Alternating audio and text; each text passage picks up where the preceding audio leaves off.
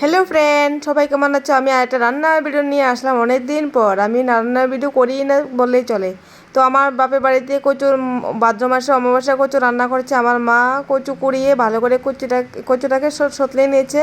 আমি এর আগে ভিডিও করিনি, কারণ কচু কাটা বা কচু কুড়ানি থেকে শুরু করে এইসব কিছু দেখানো হয়নি, আমার মনেই ছিল না। আর অ্যাকচুয়ালি আমি বাপের বাড়িতে আসার আগে মা এসব করে রেখে দিয়েছে, তার জন্য এটা দেখা হয়নি। তো মা দেখছি কচু রান্না করেছে, তো আমি ভাবলাম গিয়ে দেখি মা রান্না করেছে, আমি একটু ভিডিও করে নিই। তো মা নিজের মতো করে করছে আর আমিও নিজের মতো করে ভিডিও করে নিলাম। তো এখানে রসুন, পেঁয়াজ, মরিচ, যত আদা, রসুন, জিরা, ধনিয়া সব কিছু বেটে নিয়ে মিক্সচার করে নিয়েছে। তো সোমবার দেবে তেজপাতা, শুকনো মরিচ, তারপরে এখানে পাঁচফোড়ন দেবে। জানি না পাঁচফোড়নটা এখানে ক্যামেরা করেছি কিনা, কিন্তু আমি দিয়েছি আমি করে দিয়েছি কিনা আমি জানি না। তারপরে পাঁচফোড়নটা ভাজা হয়ে গেলে পেঁয়াজটা দিয়ে দেবে এই পাঁচফোড়নের উপর। আমি কখনো কচু রান্না করতে পারি না, তোমরা কারা কারা পারো আমি জানি না, কিন্তু পারে সবাই, কিন্তু আমি কখনো কচু রান্না করিনি। বিয়ে হয়ে যাওয়ার পর আমি করিনি, আমার শ্বশুরবাড়িতে কচু রান্না জিনিসটা হয় না, তার জন্য আমি পারি না। তারপরে মা পেঁয়াজগুলি ভালো করে ভেজে নিয়েছে, সেটাও আমি মানে ক্যামেরাতে করিনি, কেন যে করিনি আমি নিজেও জানি না।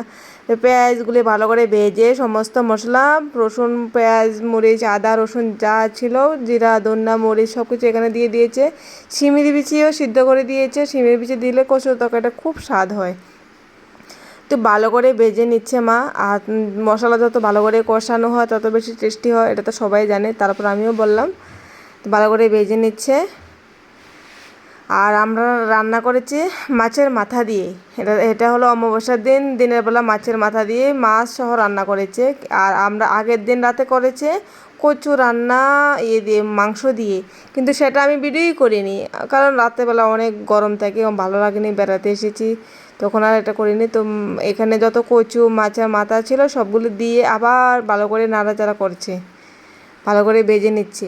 কচু যত ভালো করে ভেজে নেবে তত কচু খুব টেস্টি হয়। তারপর লবণ দিয়ে দিল, লবণ দিয়ে আবার ভালো করে নাড়াচাড়া করবে। তারপর গরম জল করে রেখে দিয়েছিলাম আমি গ্যাসে, তো এখন নাড়াচাড়া করে আবার গরম জল দিয়ে দিল। এটা অনেকক্ষণ ধরে সিদ্ধ হবে, ভালো করে সিদ্ধ তো হতেই হবে, কারণ বিচ কচু বলে কথা। আর যারা বিচ কচু খায় তারা জানে একটু যদি গলার ধরে তাহলে সব সর্বনাশ। তো ভালো করে ভেজে নিয়ে গরম জল দিয়ে দিল, এখন উতরানো চলছে। আমার মনে হয় এরপর আর কোনো ভিডিও করা হয়নি। ভালো করে রান্না বান্না করেছিল আমার মা।